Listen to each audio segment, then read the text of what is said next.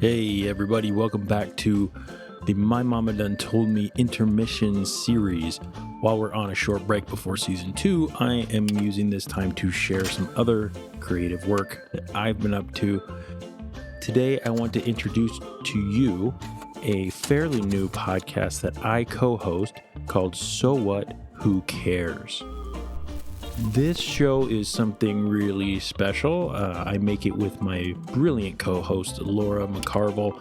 She's a teacher, a coach, a guide, and someone who helps people reconnect with themselves. She does it in a very grounded, compassionate way. So What, Who Cares explores practical insights for an impractical mind. I believe it has a really beautiful and accessible way of inviting people back to the truth about who they are. And we talk about things like nervous system regulation, self-sourcing, emotions, how to actually show up for your life even when life is messy. So today, we are sharing with you an episode of So What, Who Cares? Right here in the My Mama Done Told Me feed. If it hits you in the heart or the gut, go find us wherever you get your podcasts and subscribe and give it a listen. Here is So What, Who Cares? With me and Lora McCarville.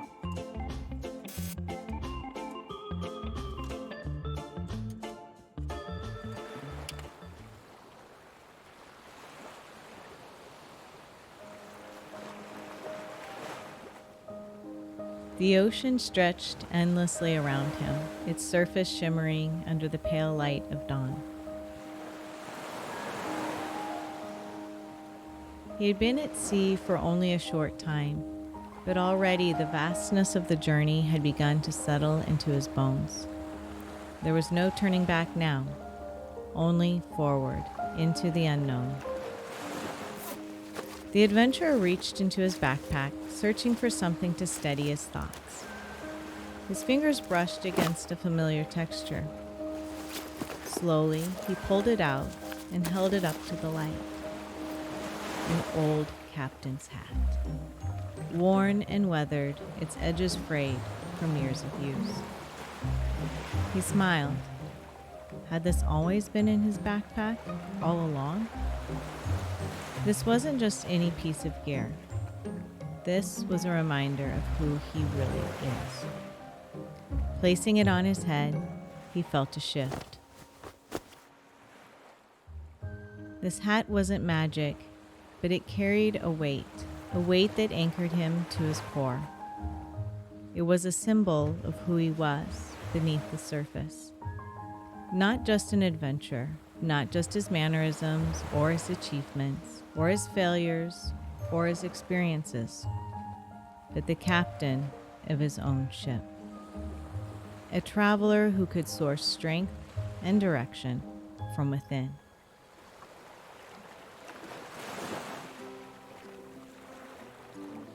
The wind picked up, the ocean sprayed over the side of his boat, the horizon beckoned, and with the captain's hat firmly on his head, he felt a little less alone, a little more sure.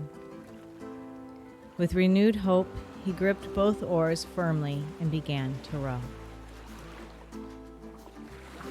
This is So What, Who Cares? With Jeff Kolaski and me, Lora McCarville. Join us as we explore practical insights for an impractical mind. So Laura, when I first met you, we were doing a podcast, right? When I first met you in person.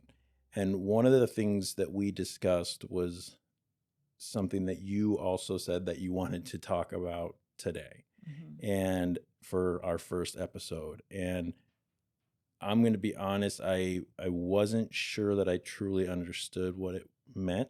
And I think that may still be true. So I think maybe let's start by diving into that. Self-sourcing. Yeah. Do you want to start there? Is that a good place to start? Okay. What is this? Okay, so the reason I thought it was important to go into this is that when we look into the future episodes, we were talking emotions and mind and this and body and things that we can start listening to, falling into, and understanding. And sometimes maybe there's this thing of who we are that needs to be touched into first. So all of my one-on-one sessions, when I work with people, really we start with like, what is this thing that animates us? Now, some methods would maybe use the word soul. I use the word essence a lot. This sense of self, like capital S. In IFS, they would describe it as that place in which you find yourself curious and calm, creative, connected. They have like 8 C's they describe it as. Most of the time, I think that we recognize it when we're in nature. That moment of awe, like when time sort of goes like, whoa, that's who we are. Yeah. But what happens is we start to think we're our personality or our trauma or our emotional states. I'm just an angry person. Right. And so that's what I wanted to talk about Okay. today, is this sense of self. Yeah. How do you help somebody find what that is? Are you looking to give that a name? Are you looking to give that a or to I guess how do you, because a lot of that may tie with like a certain religion or something like that, if that's something, or spirituality or something that someone believes in. Someone like myself who doesn't, you know, I could get behind really any word you want to use. If it's essence, if it's soul, to me, it doesn't really matter. But clearly there's a Jeff, and Jeff in a lot of ways is the body that's right here, but it's not all that. Because No. if I lose, you know, my hand or something, I'm still Jeff. That's It right. you know, and I don't say like, "Hey, nice of you to show up, but right. it'd been better if you brought your hand." Right. Yeah, I don't exactly. say something like that because Exactly. you're not your body. Right. So What- there's something behind, you know, there's 4 animated characters behind the, you know, control panel in my brain, like in Inside Out. You know, that sort of idea that there's something that's collectively makes up Jeff. But how do you find that? So like in Inside Out, that was such a, and they consulted IFS in that filming. So those emotional states, those primitive emotions, brilliant. Still, I'm asking when I'm working one-on-one with people, I might just say, let's just ask, let's just try on thinking like this. That from the moment you dropped into a body, and that body's different than it is today, there was this thing of who you are, the essence of who you are. And so you've had different emotions, feelings, sensations, but the thing of who you are has been with you from the beginning of time and will be with you to the end. And you might subscribe and think maybe come back again. Why is it so important then to find that before you move on to other things, before we continue on whatever work we're doing? Why is it important to find that first? And are you asking that you understand it, that you know it, or are you just asking you acknowledge it? Yeah, and maybe I'm just asking for some people to try it on and think like this for a little bit with me. Okay. And for some people, I would do a guided visualization of being in nature. So if you were in nature and you felt that sense of awe, nature's holding a mirror to you and saying, this is who you are. So connected, this is it. So some people have a visceral somatic response to awe and essence. But I think your question was like, why is that important? Yeah.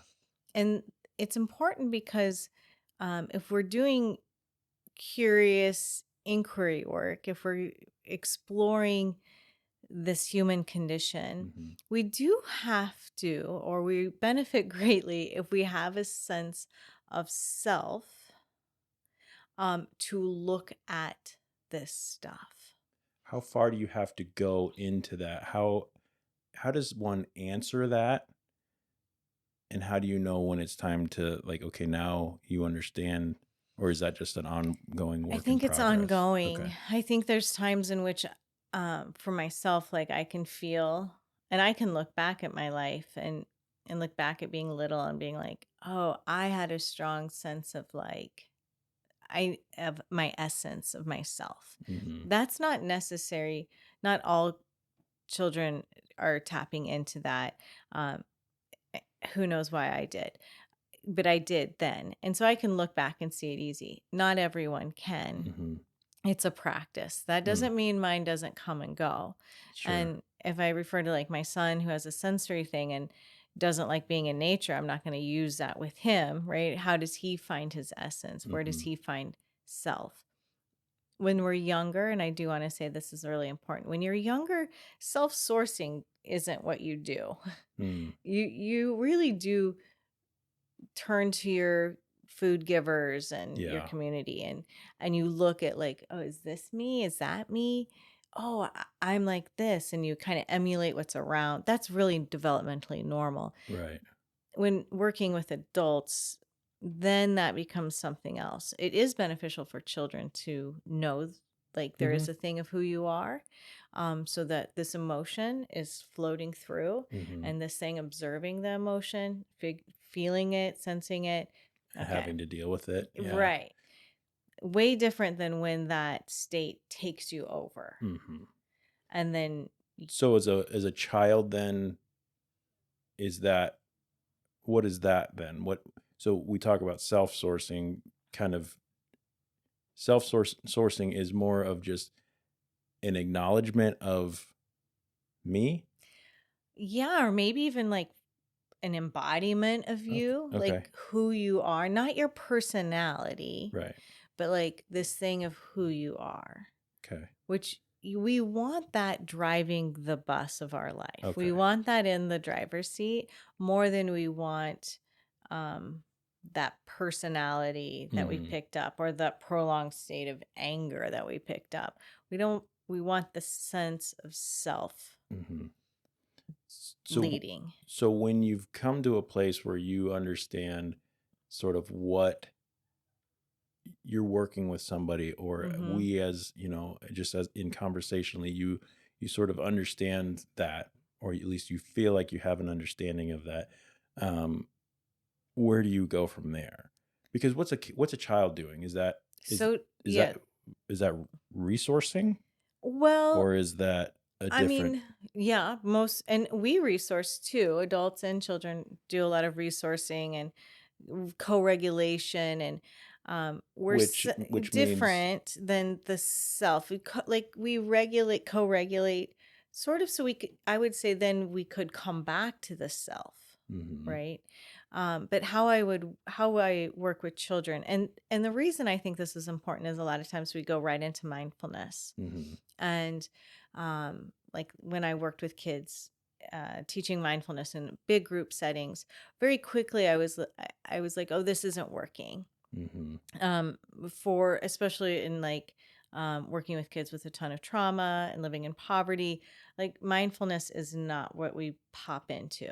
mhm, We really have to start with something else. So I might use something like symbol, like choose a wild bird or a wild mm, animal, right? And they might choose something really pleasant to work with, and we would go, oh, like a bunny, and what does it feel like to be like a bunny? And mm, so very different to sort of feel into that. If I'm working one-on-one with a kiddo, then it's something similar, but probably a little bit more of education. Like mhm. there's this thing of who you are that's not your emotions. That's not the thing that happened to you, Right. right? And this thing that animates you. Mhm. Now, what works for kids works for adults. So sometimes it's Yeah. pick a wild bird, wild animal, mythical Yeah. creature. I could see connecting with that. Mm-hmm. For Yeah. sure. Yeah. So when you found that, I guess, so Mm-hmm. is that the same as finding, you mentioned the word essence. Mm-hmm. You find that, right? Mm-hmm. What do you do with it? Put it in a jar. No, I don't know. Throw it away. And done. Yeah. No, what we do is we practice coming back to it, to Okay. letting it lead our life, right? So Okay. if I work with like a strong primary emotion of fear, and fear is leading my life, that's not my essence. So the more in the work I do in meditations, in certain guided meditations, not all, the more we can practice coming into a sense of self. Sometimes it's just saying your name. I have different things to do: push on a wall, say your name out loud, while you're feeling your body, say your age. Like, I'm Lora, I'm 48. And the part of me that's really afraid is like, what? You're 48? Yeah. And I can start to feel like, oh, wow. Okay, I'm here. Yeah. I'm here. And that then... So then you feel like then that gives you or people or us does it allow you to sort of step out of the stuff and see, okay, this is just something I'm dealing with. This is just a pain that I'm feeling. This is just a way that I'm behaving. This is just whatever. But it's not necessarily me. Right. And is that just reframing? Well, not just. Is that reframing a person's idea of what it means to be me? Yes. Okay. Maybe what it means to be you, and how you work with then the stuff. Okay. Because we're not able to then, because now is when the real work starts, correct? I have a hard time saying like that's when the real work starts, because it's all real work. Yeah. It's more when, and I love the word curiosity. What it does is it gives you a sense of curiosity. Right. So if I'm going back to that primary emotion of fear, I can be more curious about it. Okay. It's that place of I can offer compassion. It's where creativity comes through. It's a different sense of relating to the stuff. So when you've got trauma or anxiety or depression or whatever someone might be dealing with, good and bad, you first, and not to put kind of too fine a point on everything, but that's how my brain wants to go, is so first you realize this does not define me, this is not me, this is not who I am, these are just the things that are going on in my purview. They do make me feel a certain way. They do make me angry or, sad or uncontrollable rage or something, whatever it may be.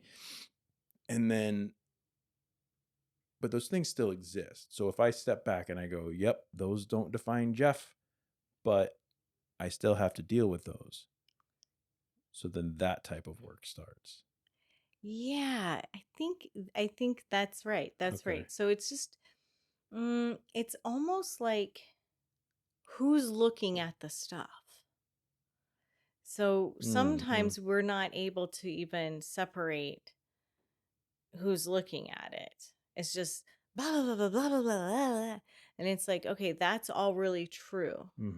And then at some point you have to look, who's the thing having the thought? Like what's behind the behind? Are you following? Yeah. Because and then that kind of goes away. I don't know if I have these with me, but sometimes with kids I have these masks, and I have like Star Wars masks, and I'll put up like Yoda, right? And then I don't watch Star Wars, so I'm gonna really jack this up. That's why I really wish I had the mask. But then I put up the ones where they wear the white thing, the stormtroopers, the stormtrooper mask. And then what's the furry guy? Chewbacca, yeah. Right? So here we go. Yeah. So that's kind of how it goes. It's like there's the Yoda of who you are, but there's these other things kind of parading and walking through life, right? And those other things and maybe the emotions we kind of got to move through and say like, okay, here's that thing of who I am. I think I'm just finding some confusion then on what do we do once we're there. Yeah, I mean the thing is we want to more, and it's never, the work's never done in that Sure. way. We just want to be able to sit in that seat more and more and more. Okay. So that, which takes, to live an examined life means, and not everyone will choose to live an examined life, but that means how am I sitting in that seat of my true self? And what is it that wants to come through? What is this thing? And we were talking earlier, like later in life, I think Jung said like the first 40 years is just like collecting data. And then the next part of your life is where we start to go, okay, well, what is this thing and what wants to come through? And that's what's curious to me now, and why I think all along, if we're teaching our kiddos, if we're engaging in like, there's this thing of who you are. So I have an example. Yeah. One of the kids I was working with, I was working on a nonprofit, and this girl was known for her rage. I think she was a raging girl, and angry and in trouble in school all the time, and no one wanted to work with her. And I said, that's not who you are. That's an emotion, and some really shitty things have happened, and you're having a really normal response. But not the things that have happened to you are who you are, and not this rage. And she started to cry because she had been told that she was angry. That you are. You're a piece of shit. Yeah. You're a angry kid. Yeah. Angry kid, hard to have in school. No one wants you. She was in foster care. So she lived with this identity of she was a bad kid. Oh, no. No. She's having a normal reaction. Not optimal, but normal reaction. Right. And none of it is who she is. Can you put a name on who you are? Or is it just a thing? Is it just there? Is it something that our language doesn't have words for? I love that. I think we work to have different, like lots of people have different preferences for words on it. There's this cool story of Ram Dass and Timothy Leary. And Timothy Leary had taken a little, maybe too much ketamine. Okay. And Ram Dass leaned in and said, "Who are you now?" And I just love that question. Because I don't think it's the word. I think it could eventually, what I want maybe for people to feel is that somatic sense of like, oh, like there I am. Here I am. Yeah. And I think we live in a world, and we're so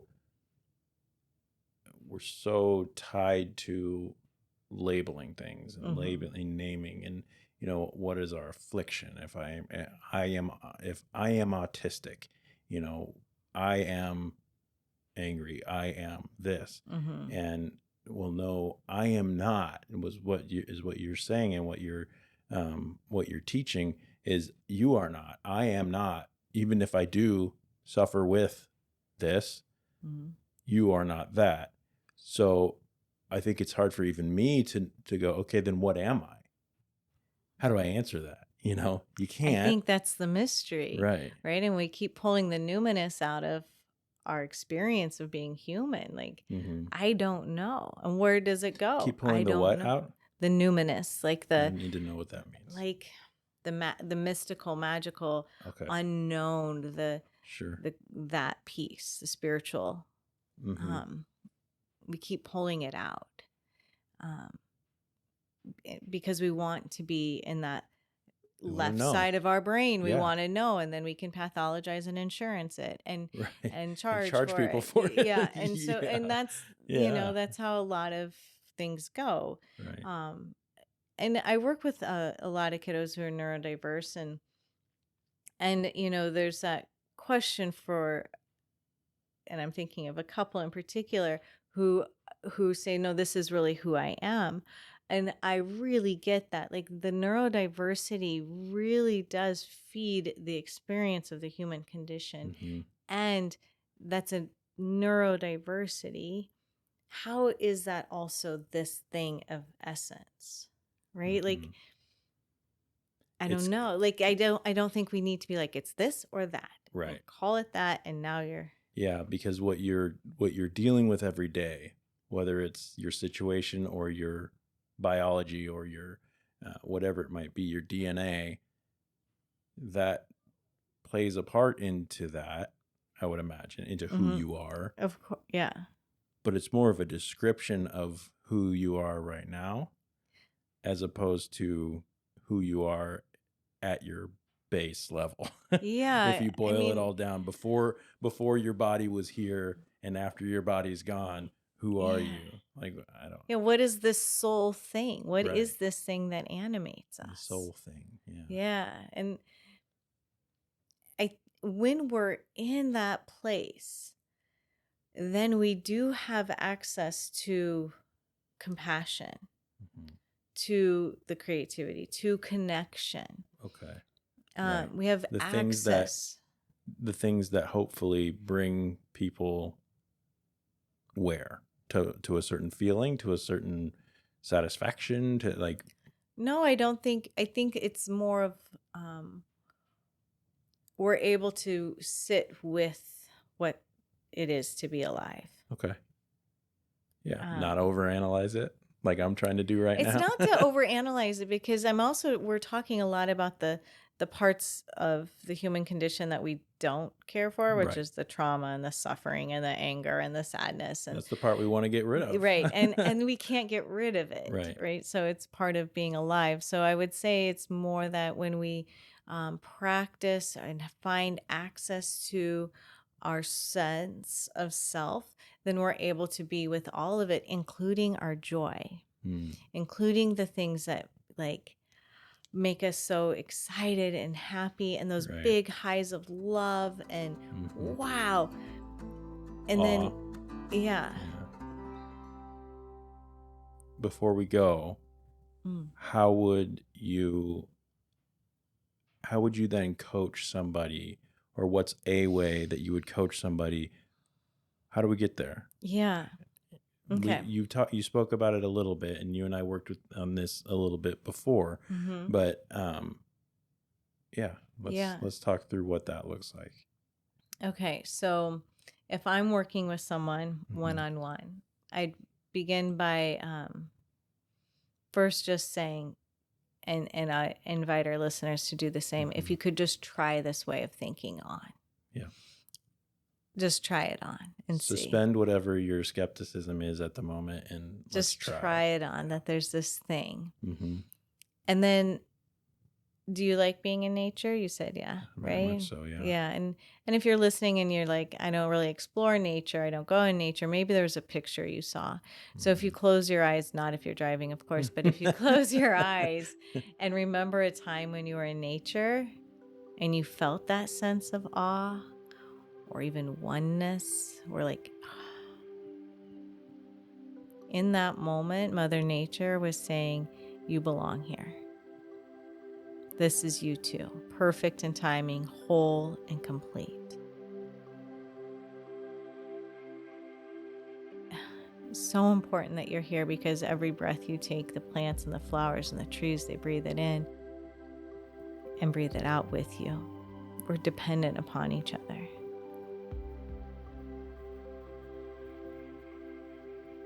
That's us. That's who we are. So yeah, I love that.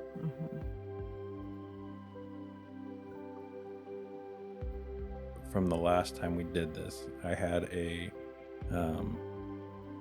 little bit of a spike in my anxiety that took me back in time several months recently, and I decided to do some writing about it. And I caught myself trying to find that place again, the same as I did when I was in here before. And I actually went into some old photographs that I had, and I saved them into my note thing and brought them over. I found them like on my old Instagram or whatever. And I brought them over and I put them in there so that I could actually look at that place again. Yeah. Because it felt like I wasn't getting there by closing my eyes and remembering it again. You know what I mean? And I feel like there's something to be said too about, at least for me, when you can more than just visualize it, because it does help to get there in your head, but trick your brain into thinking you're there again by looking at those things. And it did help. I mean, obviously it didn't cure all my anxiety. Well, it's not to cure anxiety. It's that you can come in and out of anxiety.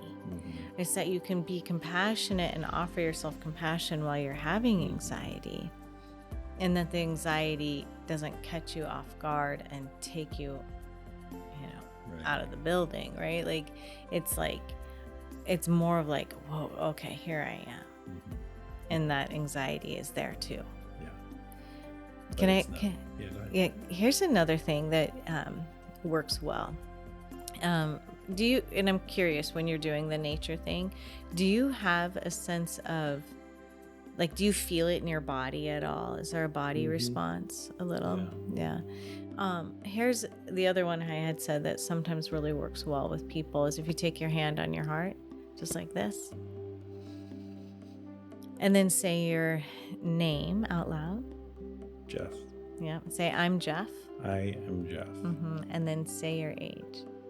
I am 40 years old. I'm Jeff and I'm 40 years old.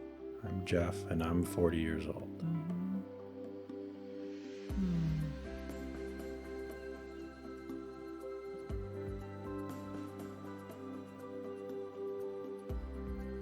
Eventually there's this place of like, and I got this. Like, I got me. I got me. Because what's anxiety, Right. That's that place of thinking of like, I don't got me. Nothing's got me. What I don't know what's going to happen next. Yeah, I feel like for me personally, and I'm going to be honest, it almost feels a little bit like escapism in a way, to kind of take a break, but jumping into that place in nature and remembering what that feels like, and that's where my brain goes. And I don't think that's what you're attempting for me. It's also curious to me, like, why would that be a bad thing? I don't. Right? Think it is. I think it's really important that we're able to take a break and find an escape, and to remind ourselves, like, this isn't the only thing that's happening, because the brain will do that thing of tricking you to think this will be the only emotion you feel from now and forever. Yeah. This is never going away. Yeah. So no, I don't think that it's a bad thing at all. I think there may be a little bit of a negative response to that knee jerk anyway, because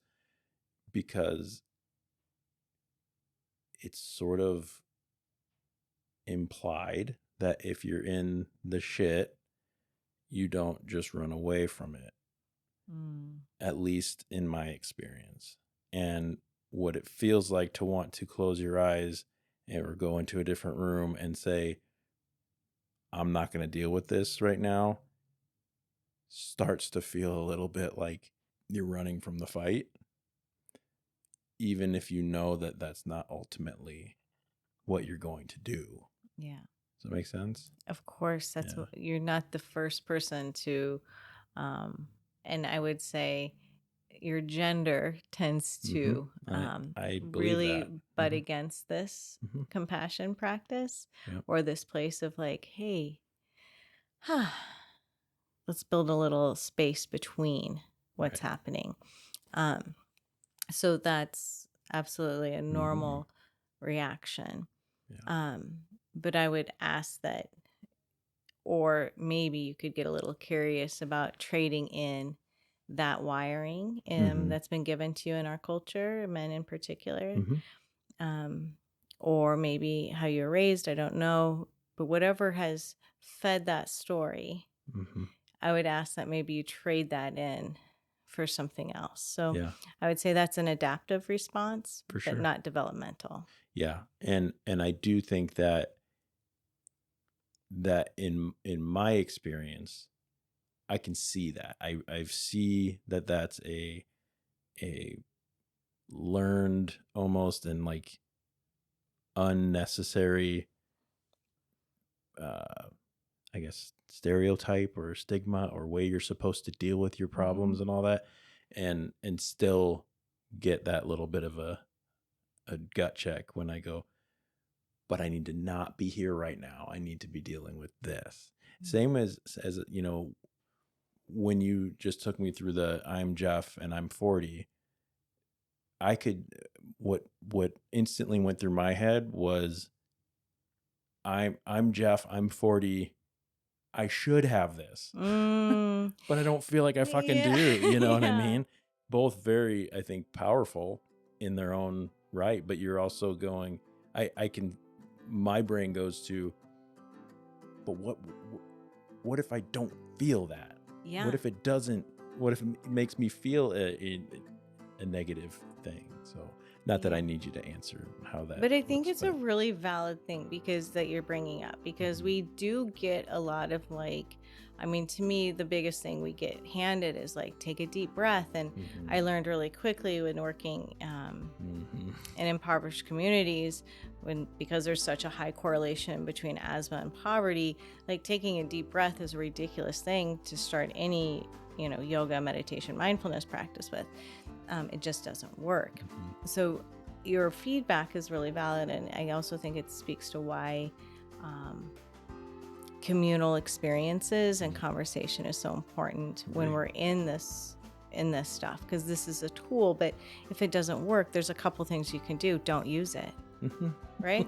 That would be a big one. Don't use it. Yeah. But also have someone who's checking your biases and your stories and your conditioning, because the adaptive response or the learned behaviors that we have, they're unconscious. We don't even know that we're leading with that, right. And when I say I'm 48 and I got this, I don't mean I got my bills. I don't mean I got it all figured out. I mean, right now in this moment, I got my feet under me. I'm right here. I'm alive. Before he could face the challenges ahead, the storms, the waves, the unknown, he needed to find himself, to remember who he truly was at his core. And so with each pull of the oars, he began not only a journey across the sea, but also a journey inward.